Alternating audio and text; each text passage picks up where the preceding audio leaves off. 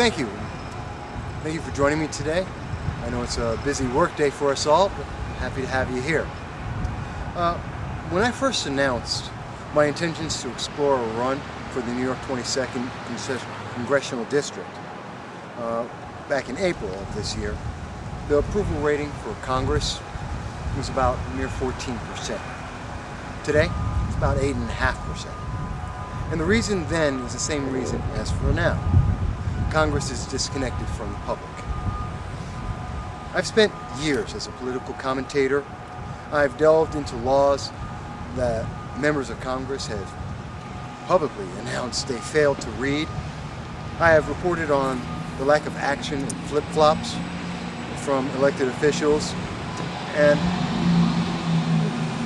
having them promise one thing after the other, but yet going out and voting completely opposite.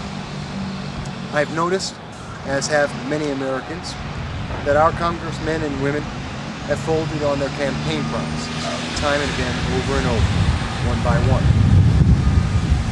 Since April, I've spoken to people and organizations and businesses across the entire New York 22nd District, in cities like Binghamton, in Homer, Norwich, and Utica, and each time I've heard the same thing. Who is our representative? What is our representative doing in Congress? And why have we been told one answer, and then we get to see in the votes and the bills that there's another?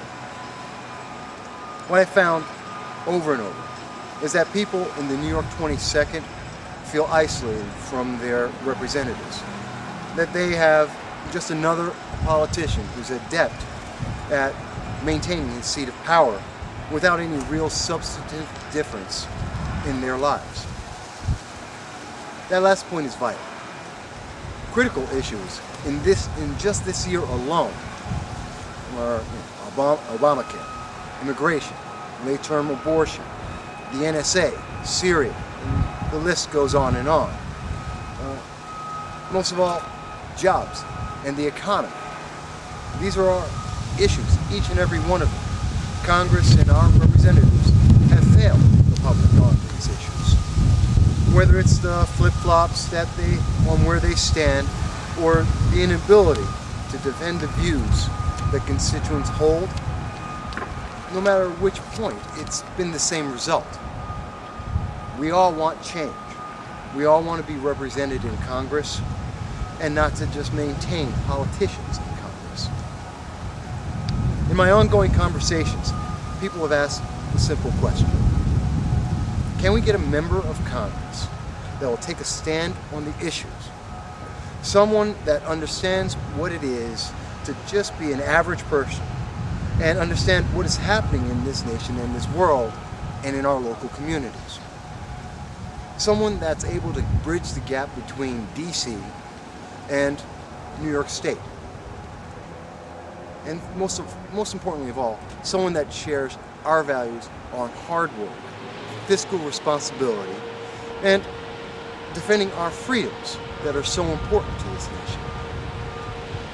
What I have offered is what I have said and what I have written for the better part of a decade as a member of the press and a commentator.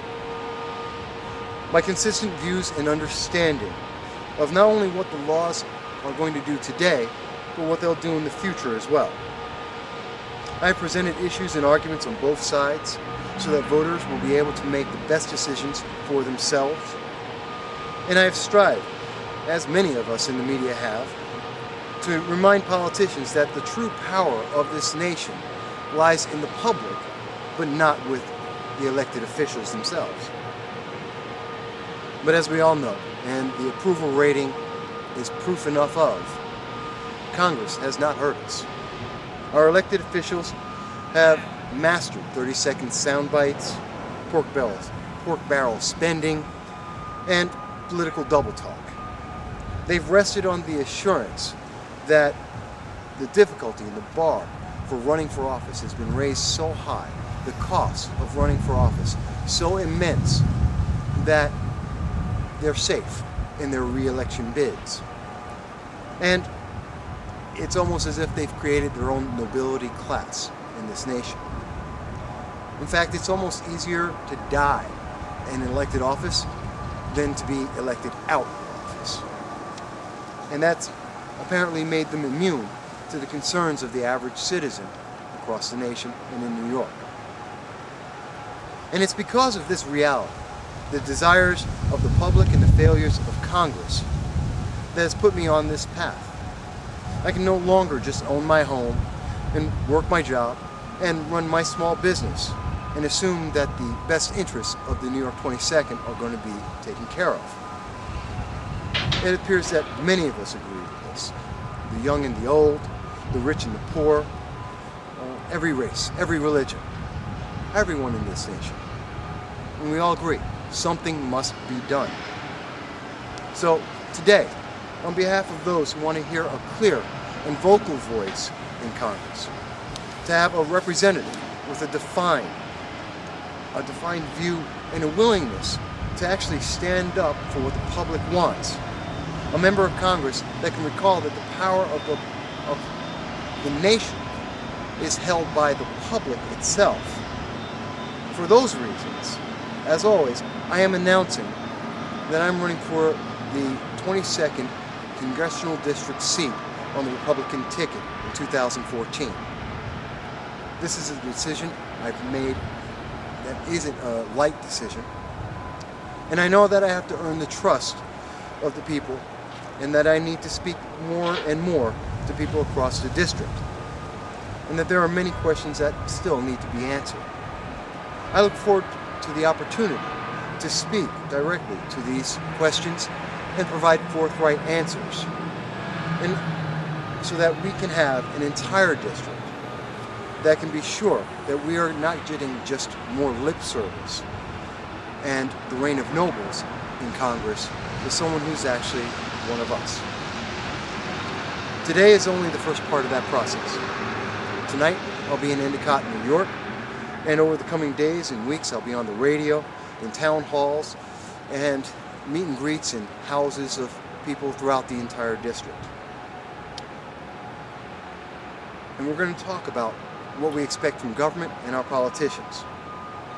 What I ask is that you look over what I've said over the years, to listen to my answers to your questions as I travel the district, and when the time comes, to pick the person that you believe best represents the values and needs of our nation and our district. I believe we deserve more.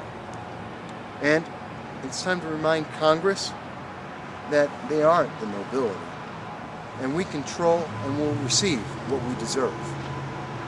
I thank you, and I hope everyone has a great day.